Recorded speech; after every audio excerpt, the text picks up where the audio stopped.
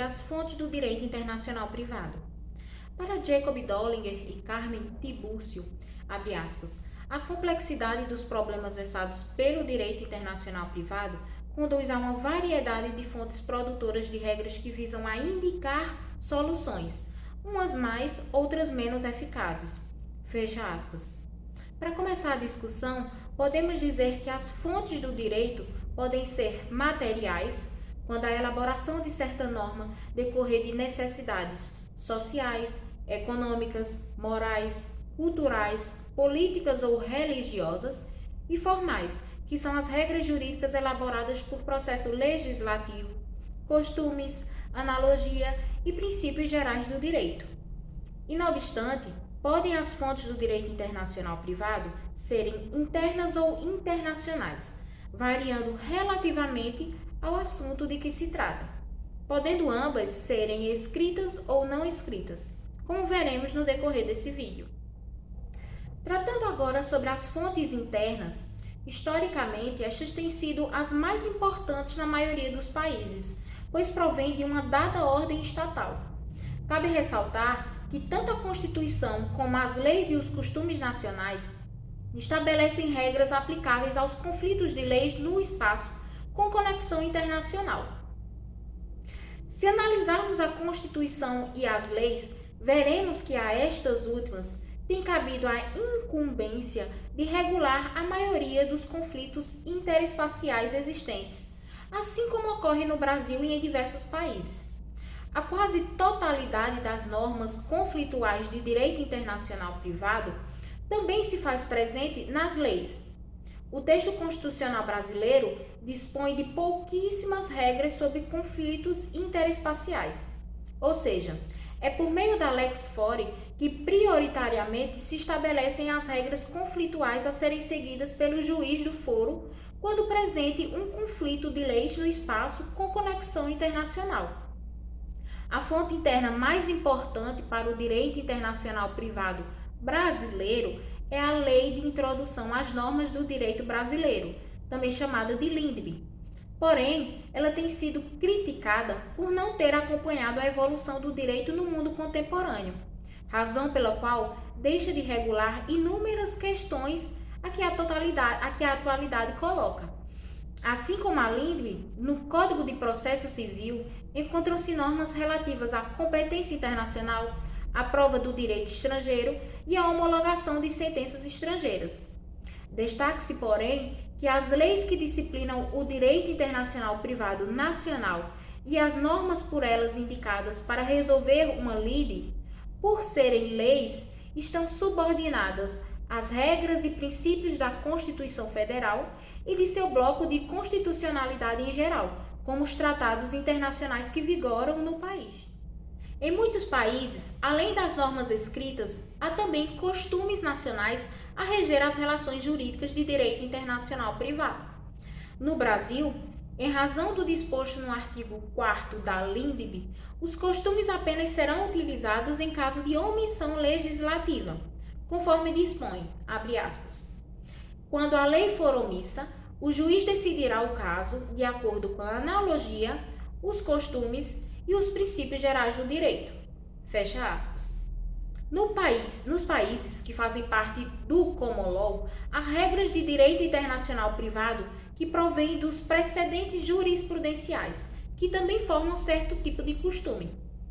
Um exemplo concreto de um elemento de conexão costumeiro no direito internacional privado é a autonomia da vontade, por meio da qual faculta-se às partes derrogar as normas de conflito e definir elas próprias o direito aplicável em certos casos, quando não houver violação à soberania ou à ordem pública do país.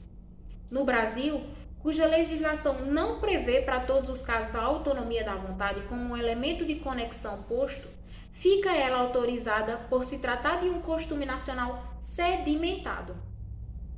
Nas ciências jurídicas como um todo, a doutrina indica caminhos que conduzem a soluções adequadas e justas. As conclusões dos especialistas, por serem fruto de estudos e reflexões elaboradas, sinalizam muitas vezes o futuro em qualquer área do conhecimento humano. no direito internacional privado, a doutrina influenciou e influencia, ao longo do tempo, a evolução da disciplina em todas as partes do mundo.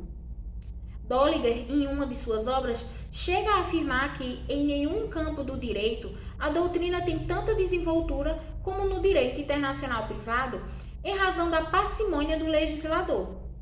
Tal afirmação ressalta a relevância da doutrina para criar onde o legislador silenciou. Embora no sistema jurídico do Brasil caiba ao magistrado interpretar o direito na lei existente, ele pode, por vezes, ante as lacunas dessa norma e a ausência de outras fontes, socorrer-se de julgados reiterados das cortes maiores do país. Com isso, a jurisprudência nacional de direito internacional privado assume gradativamente importância, bastando observar as decisões de nossos tribunais.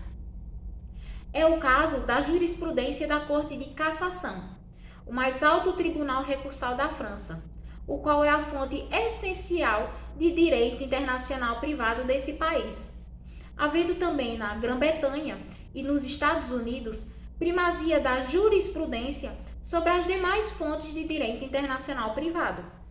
Olá, eu vou dar início ao tópico de fontes internacionais. São fontes internacionais do direito internacional privado, aquelas oriundas da ordem internacional, que são os tratados e os costumes internacionais. Tem como objetivo auxiliar o juiz na resolução da lide. Vou falar um pouco sobre os tratados. Diante da inexistência de um direito uniforme, os Estados têm a necessidade de resolver seus conflitos. Então, eles têm procurado gerir esses conflitos através de leis estrangeiras, através dos instrumentos de tratados internacionais específicos.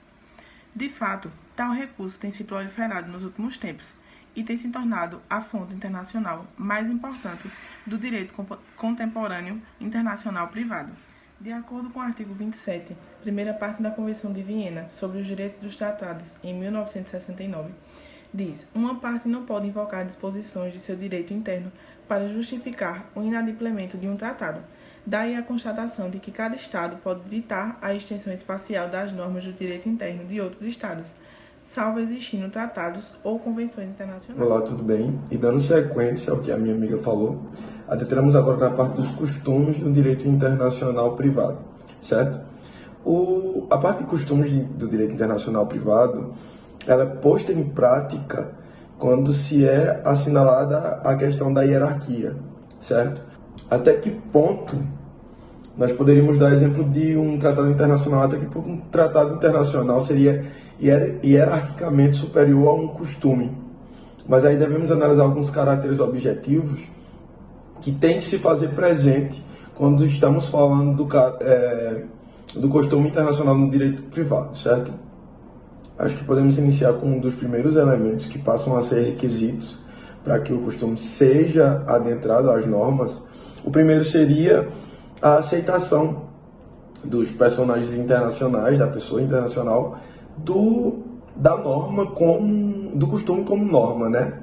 O segundo requisito, o segundo elemento que podemos falar, é a prática generalizada dos atos por parte dos Estados, certo? Esses são os dois elementos e poderia se falar também de dois requerimentos para ser constatada a presença de um costume. Vale ainda ressaltar que o costume, ele advém de uma fonte formal, certo, de direito, e ele não funciona como um costume no direito internacional público.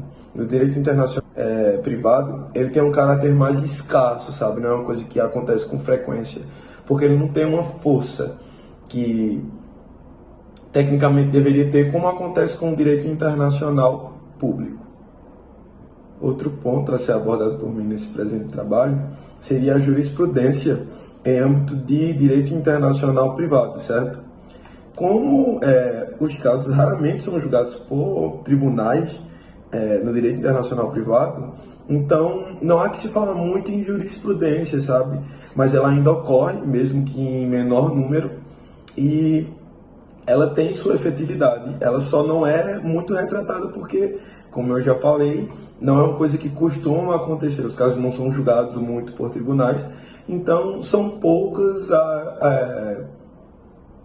as decisões que gerariam alguma certa jurisprudência.